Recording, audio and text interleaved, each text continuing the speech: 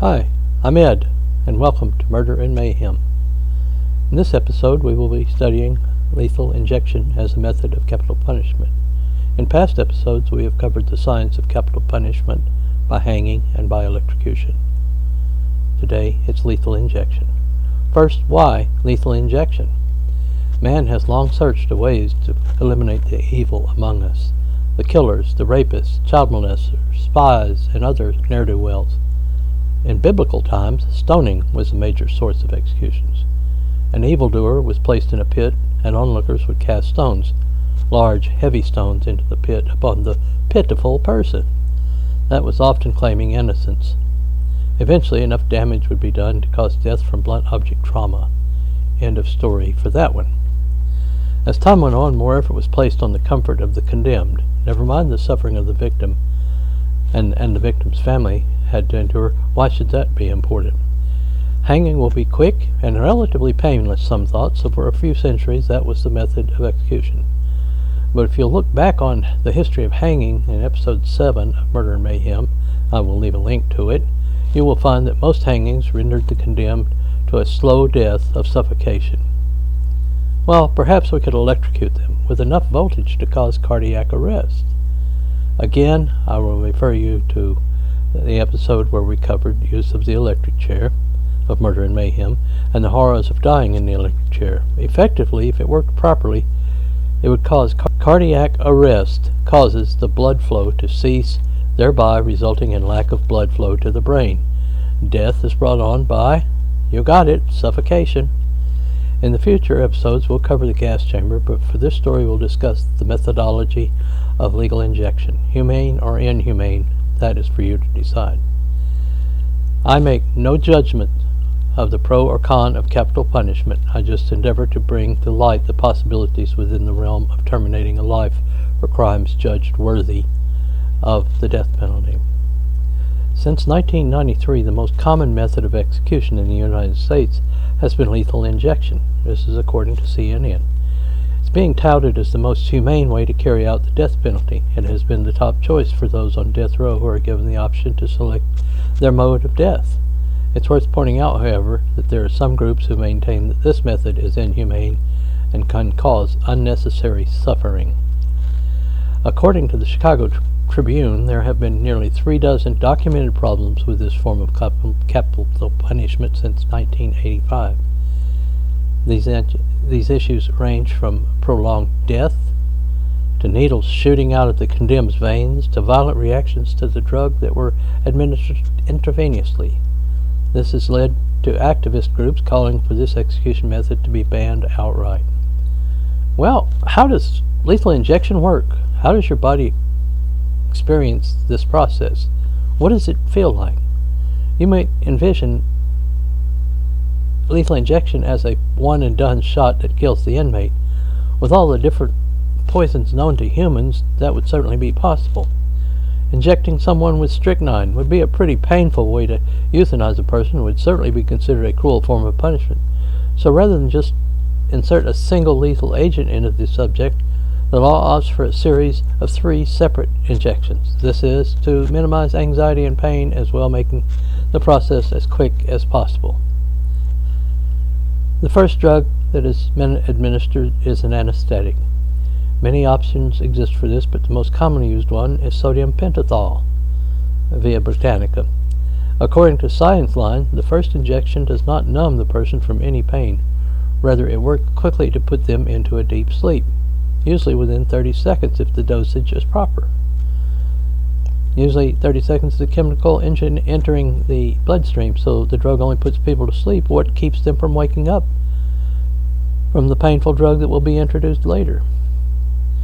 Well, the body now needs to undergo total muscular paralysis in order to avoid the pain from cardiac arrest, which will be the result of death.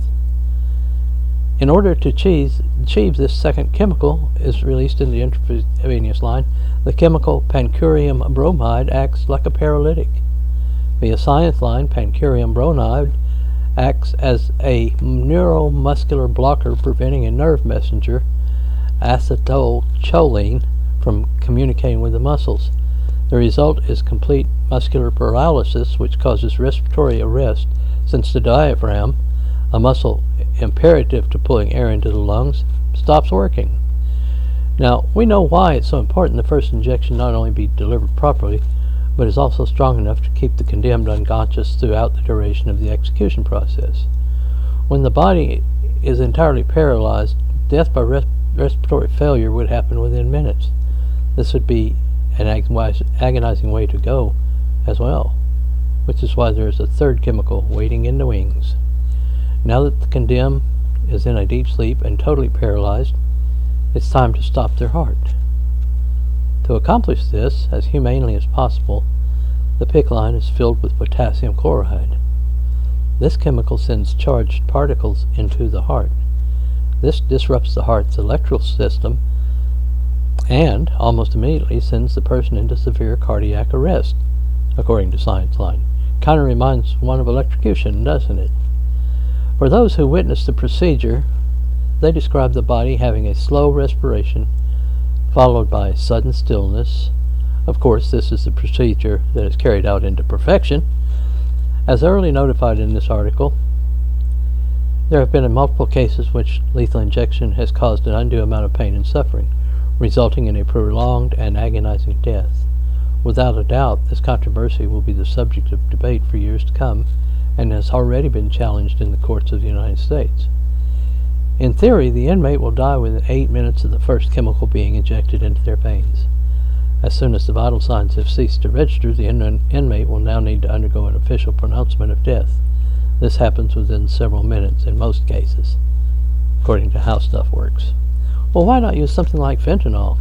When someone takes an opioid, it binds to the receptors in the brain and helps release our natural endorphins. Those endorphins are produced after we eat, rest, or do something enjoyable, sex, party, things that make us feel good. But on the street, fentanyl is often mixed with other drugs, and the buyer may not be aware of what they are getting. According to sources, taking fentanyl to get high or taking drugs containing fentanyl is like playing Russian roulette. It's a gamble that could end your life. Well, that's what we're trying to do here. Now, travel with me through a trip of the condemned to a time of death. I'm using a fictional character named Marshall, mostly because it reminds me of a person from Marshall, Arkansas. Marshall is a compendium of persons and stories I have researched about death by lethal injection. Many went well, most in fact did. A few had disastrous consequences. Marshall is the person that encompasses all the research I have done, from solitary confinement to death row to the execution itself. Marshall shares his feelings on many subjects with us now. My name is Marshall. I was convicted of a rather gruesome triple homicide over 20 years ago. I've sat in death row for over 19 years now after all my repeals came to an end. I do not say my sentence is overly cruel, but the wait for it to be applied has been horrendous. I live in a 12 by 7 foot space with no window and a barred door facing a blank wall across the hall. Well, blank except for the camera that is trained on me at all times. These cells on death row are designed to not face another cell. 12 feet across the hall from me in either direction from my cell is another cell. Each of these cells are like mine, 12 by 7, facing a blank wall. No sunlight for any of us. The bright overhead light shines 12 hours a day. At night it is only dimmed by about half for the 12 hours until the timer turns it up again. I never see darkness. I'm visible to the guards 24/7. They watch me 24/7, either in person as they tour the hall or by the camera wherever that monitor is hidden away. For 19 years I have not taken a crap without someone watching. Used to bother me, but not so much anymore. My cell has a stainless steel toilet bowl, sink combination, an iron bunk with a thin mattress. I have one shelf for personal items, like books or socks or underwear stuff. There is a portable TV bolted to the wall across from my bunk. I have a writing table under the TV, but no chair. I must sit on my bunk to write or read. I wear bright orange overalls and orange flip-flops most of the time. Sometimes I get a white outfit. I do not know why this happens and what it means in the whole scope of things. This is my dress code every day, day after day for the past 19 years. One day each week, Thursday to be exact, at precisely 10 a.m. my guard approaches the cell and passes a chain to me. He is flanked by 2 other guards that I call his posse. The chain the guard passes to me is 4 feet long and has 2 loops on the upper half and 2 loops on the lower half. In the middle is a leather belt with several holes for size adjustment. The belt also has a metal link near the buckle. I sit on the side of my bunk and place the bottom loops around my ankle and pull them tight. I place the belt around my waist and adjust it to my size. I place my wrists in the 2 upper loops and pull them tight. Then I stand up and pass the 4-foot section through the link and draw it tight.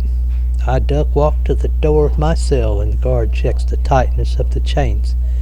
If he is satisfied, he passes the hasp of a lock through the link at my waist. Then the guard opens the door and I step out. His 2 companions have moved several feet from him to maintain a safe distance. It's kind of like security, you know. I look forward to Thursday at 10 o'clock. This is yard day. I get to see sunshine or rain or snow or anything besides my cell and the wall. I'm duck walked through 3 sets of electric barred double doors, each with armed guards, to the yard. Calling it a yard is somewhat of a misstatement. It is a dirt patch about 20 feet in both directions. There is a basketball goal on one side, but that doesn't do me any good. My reach is about 1.5 feet, what with the chains and all. There is a pole barn-like structure on one side of the yard and a bench if it is raining or I just wish to sit down. If it's a nice day, I can take a walk. 20 feet, then turn 20 feet, then turn again. Repeat. I only have an hour each week for this unbelievable pleasure. If the sun is shining, I feel absolutely glorious as I walk and the radiant heat beats down on me. But all too soon it is over. I hear the prison clock strike 11. I know the door will open and my guard and his posse will be waiting to return me to my cell for another 167 hours of unchanging boredom. Sleep, eat, live with my thoughts until I get to do it again. Time has passed and tomorrow is my day. It is scheduled for Wednesday night at midnight. It's kinda a shame it is not Thursday at midnight. One more day for the yard. That is a strange thought. No more appeals.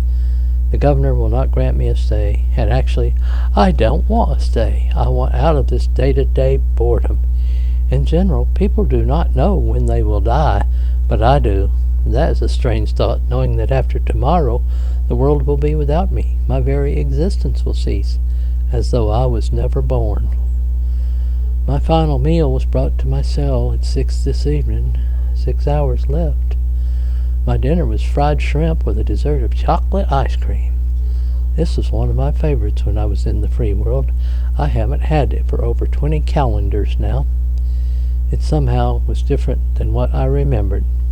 Oh well, I didn't have much an appetite anyway. Time drags.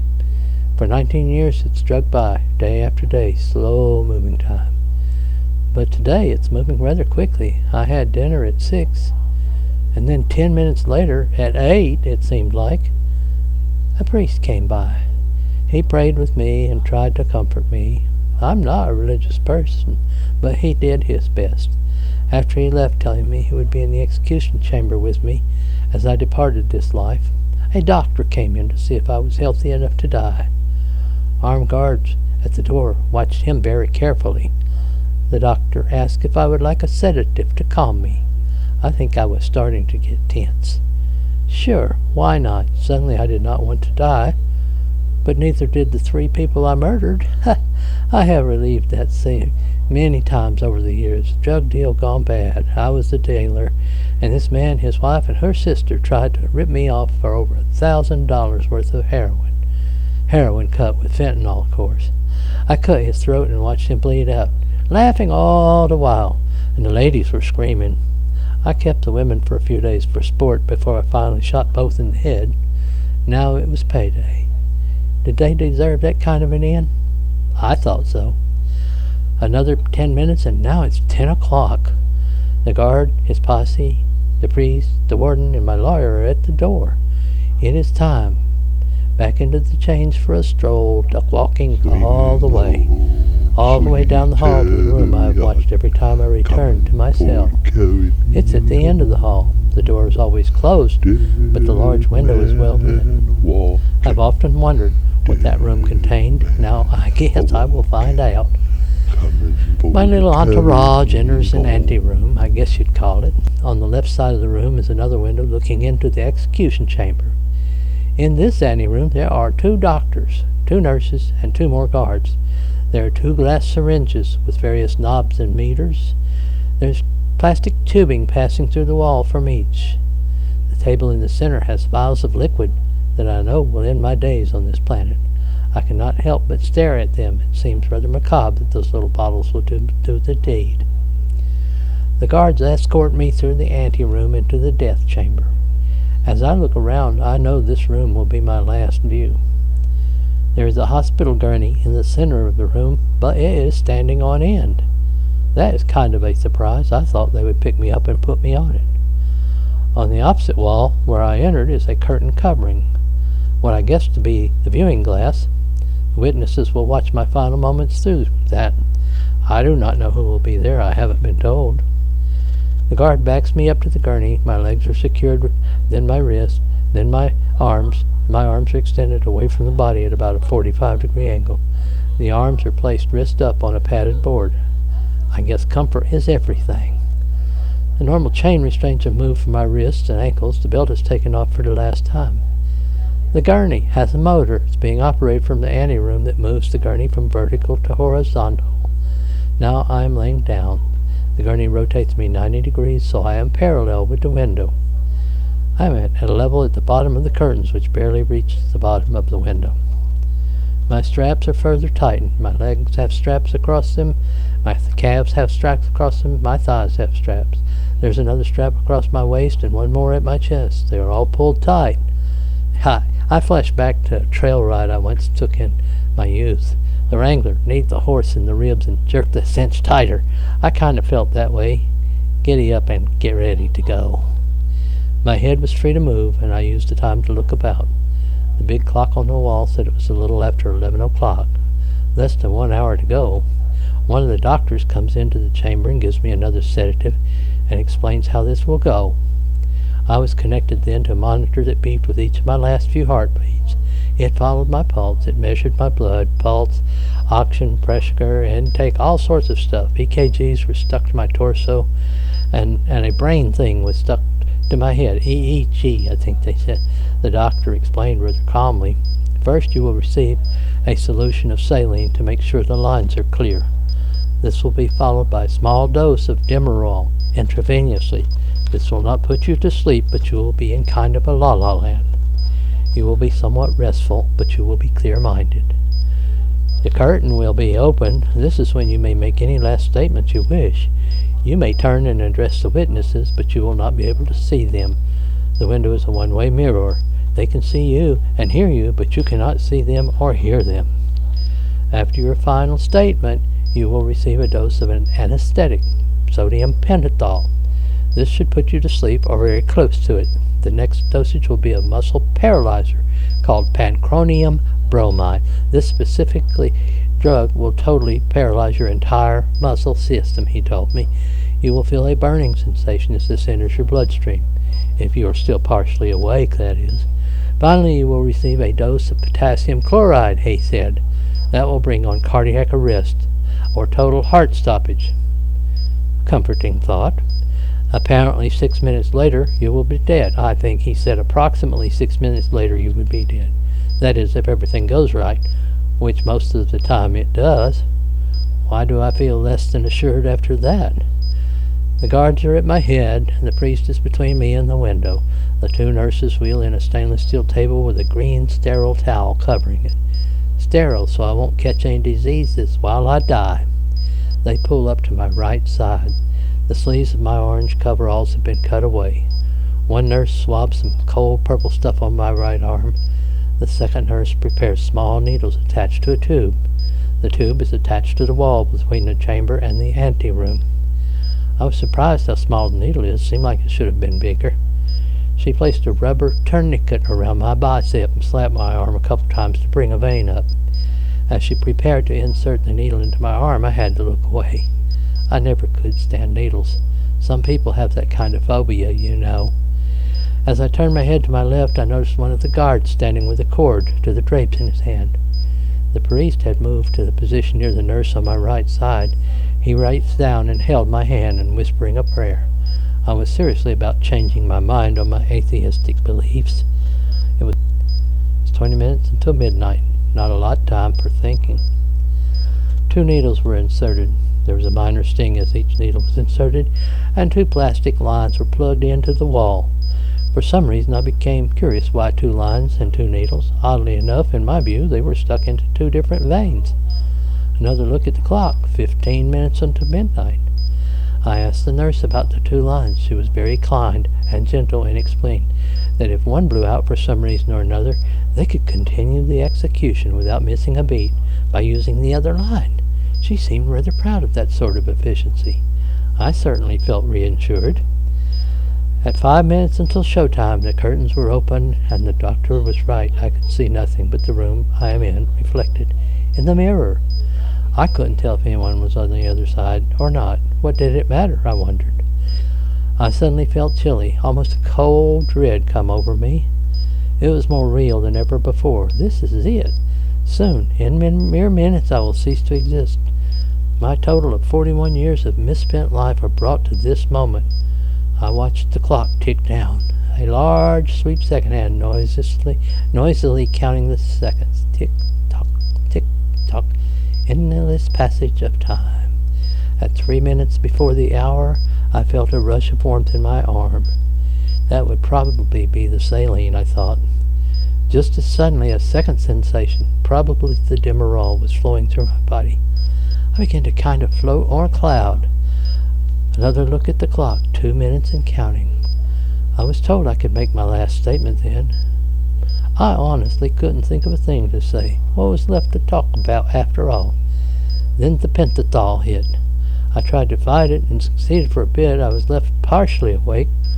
Then the injection of the muscle paralyzer hit. What did he call it? Pancuronium, or something like that. I felt the muscles in my entire body disappear. I was still awake, but I could move nothing.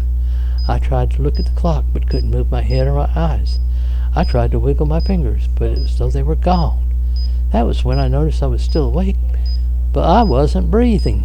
I couldn't breathe. My lungs were paralyzed. I began to panic. My brain was crying for oxygen. It was being poisoned with carbon dioxide. I thought my heart stoppage was to be the cause of death, not suffocate. My God, this is horrible. I'm going to suffocate. I am still awake. This cannot be. Where is that final dose? Where is the relief? Just then, a tremendous burning sensation hit. Must be my final treat.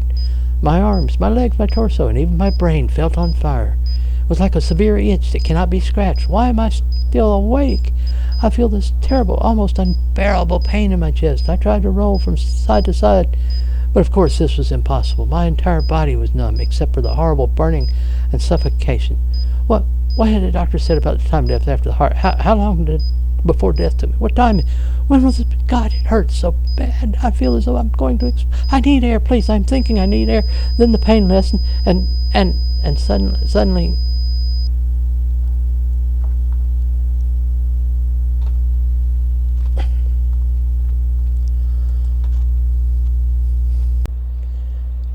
Well, Marshall has departed this life. I would appreciate it if you would subscribe and share this story with others. Listed now are the credits of resources that I used to construct this monologue. Marshall has been a compendium of many lethal injection executions. Thank you for watching.